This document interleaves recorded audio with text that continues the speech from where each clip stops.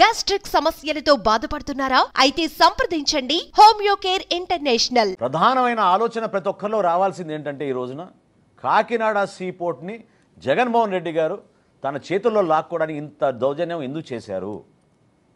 ఎందుకు కేవీ రావు గారి కుటుంబాన్ని ఈ విధంగా హింసించి ఇబ్బంది పెట్టి భారతదేశంలో కార్పొరేట్ చరిత్రలో ఎప్పుడు లేని విధంగా బలవంతంగా 41% వాటా బిగ్గెస్ట్ షేర్ హోల్డర్గా మార్చారు ఆరోబిదో రియాలిటీని ఈ రోజున.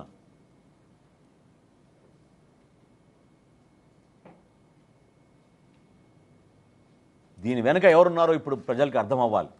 ఖచ్చితంగా సమగ్రమైన విచారణ జరుగుతోంది.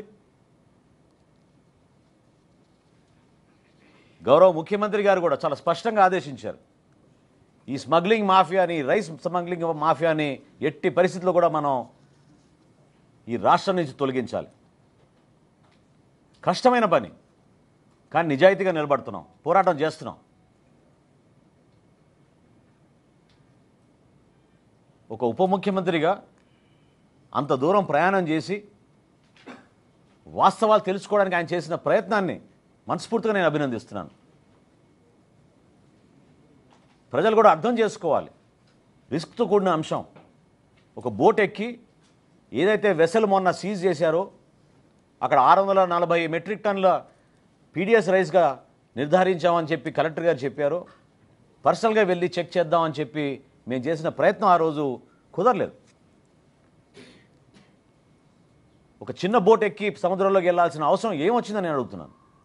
ప్రజల కోసం, సమాజానికి మేమిచ్చిన ఒక నమ్మకం.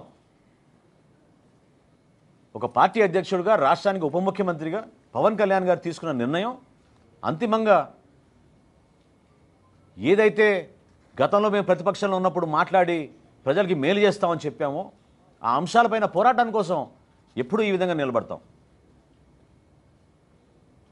ఇందులో ఎవరికి ఎటువంటి అనుమానాలు రావసరం లేదు.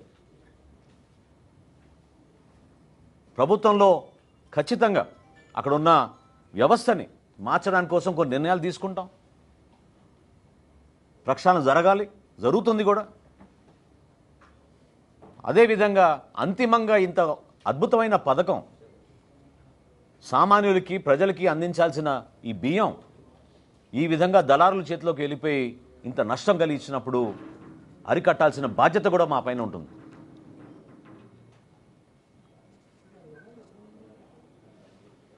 గౌరవ ముఖ్యమంత్రిగా చంద్రబాబు నాయుడు గారు, అదేవిధంగా మన ఉప ముఖ్యమంత్రి గారు పవన్ కళ్యాణ్ గారు ఇద్దరు కూడా ఈ ప్రక్షాళనలో ఎట్టి పరిస్థితుల్లో కూడా మార్పు చూపించాలి. అంతిమంగా ఎవరైతే దీని వెనక ఉన్నారో, ప్రత్యేకంగా ఈ కాకినాడ పోర్టుని వాళ్ళ కబంధ హస్తాల్లోకి లాక్కోవడానికి చేసిన ప్రయత్నం జగన్మోహన్ రెడ్డి గారు సమాధానం చెప్పాలి.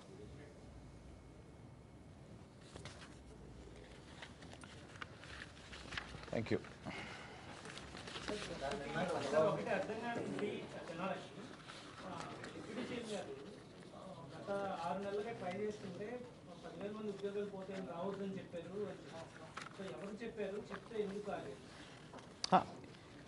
ఇప్పుడు పోర్టు పైన మీరు ఎక్కువ దృష్టి సారిస్తే స్థానికంగా ఉన్న ఉద్యోగ అవకాశాలు కోల్పోతారు. అక్కడ ఉన్న హమాలీసు వాళ్ళు ఇబ్బంది పడతారు. మీరు ఇటు పక్కన వస్తే ఇబ్బంది కలుగుతుంది అనే సమాచారం అనేక కోణాల నుంచి, అనేక సోర్సెస్ నుంచి ఆయనకు అందుతూనే ఉంది.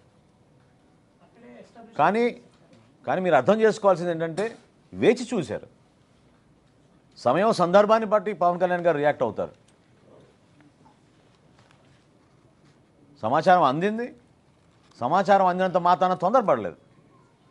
దానిపైన అవగాహన తెచ్చుకొని ఇది వాస్తవం కాదా తెలుసుకుని అప్పుడు రియాక్ట్ అయ్యారు ఆయన.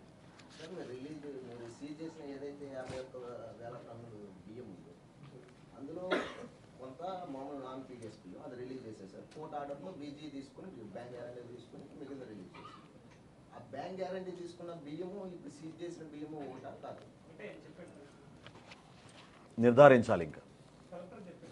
ఓకే, అది మీకు ప్రత్యేకంగా ఉండొచ్చు. వాస్తవం ఏంటంటే చెక్ పోస్టులు ఏర్పాటు చేశాం.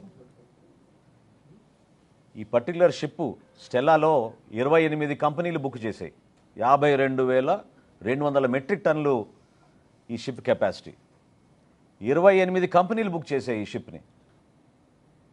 ఇంకా ఇన్వెస్టిగేట్ చేయాల్సిన అవసరం ఖచ్చితంగా ఉంది. అది అయిన తర్వాత పూర్తి వివరాలు మీకు ఇస్తారు.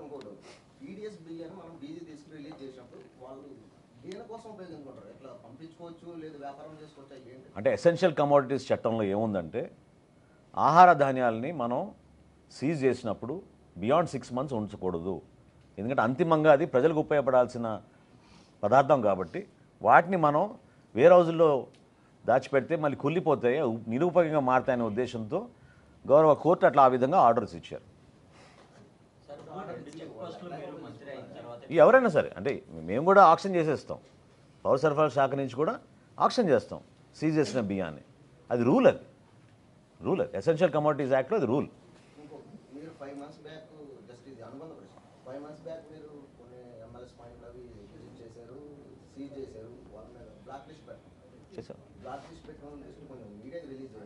షూర్, తప్పకుండా. నాకు తెలియదు, నా దృష్టికి ఉంది. నా దగ్గర ఉన్న ఇన్ఫర్మేషన్ అది చేయాలి, ఎంక్వైరీ చేయాలి. అదే కదా నేను కోరింది. ఖచ్చితంగా దీనిపైన సమగ్రమైన ఎంక్వైరీ జరగాలి. ఏ విధంగా 41.12% కాకినాడ సీపోర్ట్స్ లిమిటెడ్ దగ్గర నుంచి బలవంతంగా లాక్కుని ఆరోబిందో రియాలిటీకి అప్పచెప్పారో దానిపైన సమగ్రమైన విచారణ జరగాలి. ఇది మా పార్టీ డిమాండ్.